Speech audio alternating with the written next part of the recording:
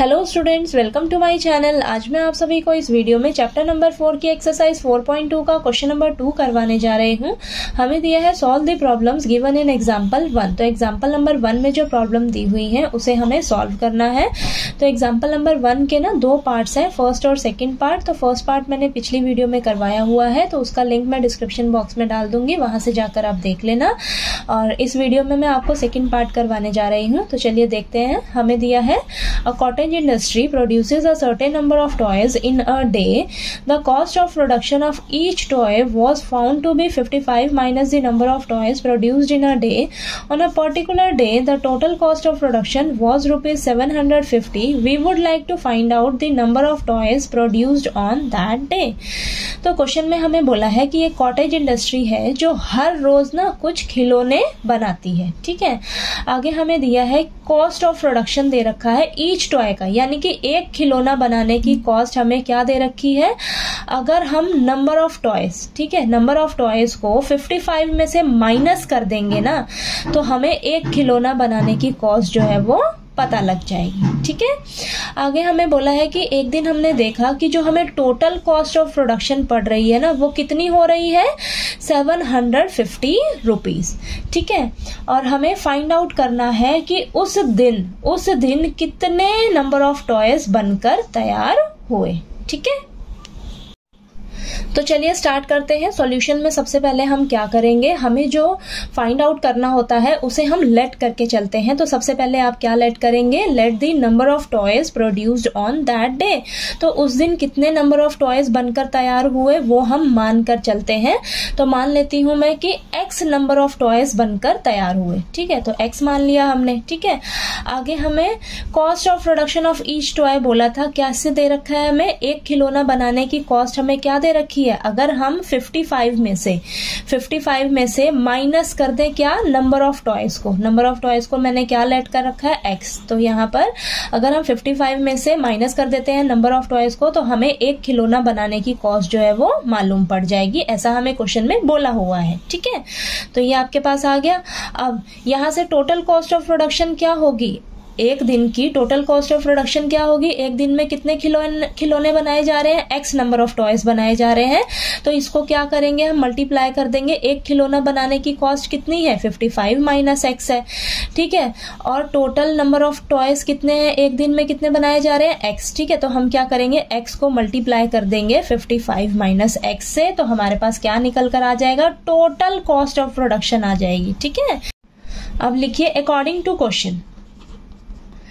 Question में हमें ये गिवन है, क्या गिवन है, देखिए हमें दिया हुआ है टोटल कॉस्ट ऑफ प्रोडक्शन, हमें दे रखा है, कितना दे रखा है, 750 रुपीज दिया हुआ है। और हमने निकाला क्या है, x मल्टीप्लाई 55 माइनस x। ठीक है, टोटल कॉस्ट ऑफ प्रोडक्शन हमने उस दिन की कितनी निकाली, x मल्टीप्लाई 55 माइनस x, और हमें ये क्या दे रखा है, 750 रुपीज। तो हम इसको किसके इक्वल लेट कर देंगे, 750 के।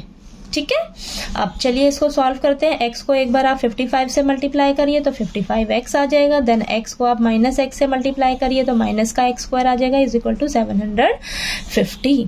ठीक है, तो अब इसको अरेंज कर लीजिए। तो माइनस का x स्क्वायर प्लस का 55x प्लस का 750 है, तो इधर आकर माइनस का 750 हो जाएगा। ठीक है, अभी ये माइनस का x स्क्वायर है, माइनस कॉमन ले लीजिए, हम प्लस का बनाएंगे।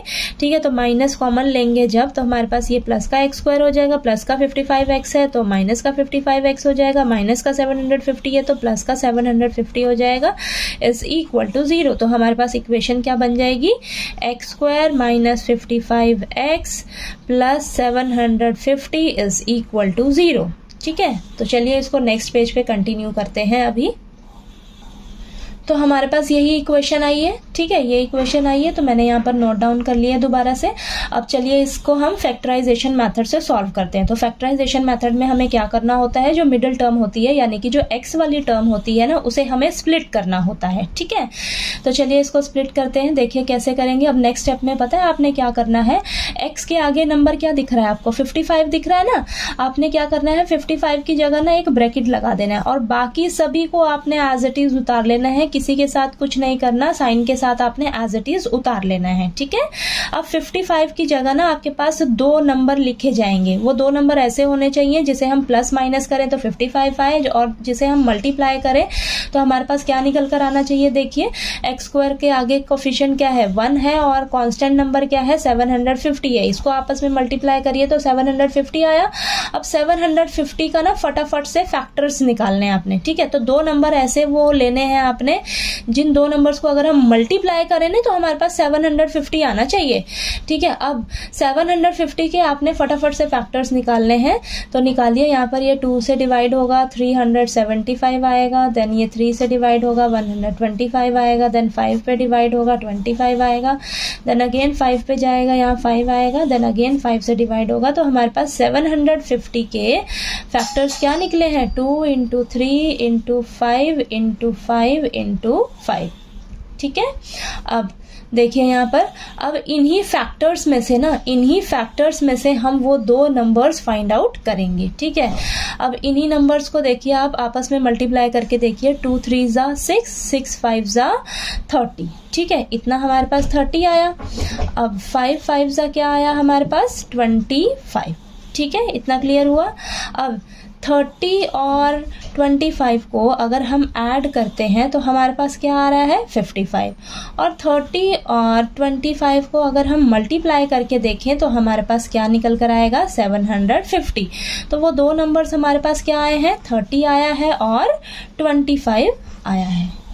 ठीक है, तो यहाँ पर ये जो आप एक्स स्क्वायर के आगे जो नंबर होगा कोफिशिएंट होगा और कांस्टेंट नंबर होगा, इन्हें मल्टीप्लाई करिए, देखिए क्या आ रहा है। इसी के आप फैक्टर्स निकालेंगे, उन्हीं फैक्टर्स में से वो 2 नंबर्स मिलेंगे आपको। ठीक है, तो यहाँ पर अब 55 की जगह हम क्या लिखेंगे 30 प्लस 25। 30 प्लस 25 करा तो हमारे पास 55 आ रहा है, 30 इंटू 25 करा तो हमारे पास 750 आ रहा है। ठीक है, ये चीज क्लियर हुई। बस इन्हीं 2 नंबर्स को फाइंड आउट करने में आपको थोड़ा सा डिफिकल्टी आएगा, बाकी आपको आगे इसको इजीली अब सॉल्व करना है बस। ठीक है, और यहाँ पर माइनस का आपने ध्यान रखना है। अगर बाहर ब्रैकेट के बाहर माइनस का साइन होगा ना तो यहाँ पर गलती नहीं करनी। ये जो माइनस है ये दोनों नंबर से मल्टीप्लाई होगा, तो माइनस का 30x दोनों नंबर से मल्टीप्लाई होगा तो माइनस का 30x माइनस प्लस माइनस का 25x प्लस का 750 इज इक्वल टू 0। अब यहाँ पर 4 टर्म्स आ गई आपके पास, तो यहाँ पर ये पहली 2 टर्म्स लीजिए, लास्ट की 2 टर्म्स लीजिए। इनमें से देखिए क्या कॉमन आ रहा है x कॉमन आ रहा है, तो यहाँ पर x माइनस 30 बचेगा ब्रैकेट में, यहाँ माइनस का 25 कॉमन आएगा तो यहाँ अंदर बचेगा x minus 30 is equal to 0। यानी कि यहाँ जो ब्रैकेट में आ रहा है आपके पास वही सेम यहाँ भी आना चाहिए। ठीक है, अब नेक्स्ट स्टेप में ये जो दोनों के पास सेम है ना तो इसे हम कॉमन ले लेंगे बाहर, x माइनस 30, और यहाँ क्या बचेगा x बचेगा, और यहाँ पर क्या बचेगा माइनस का 25 इज इक्वल टू 0।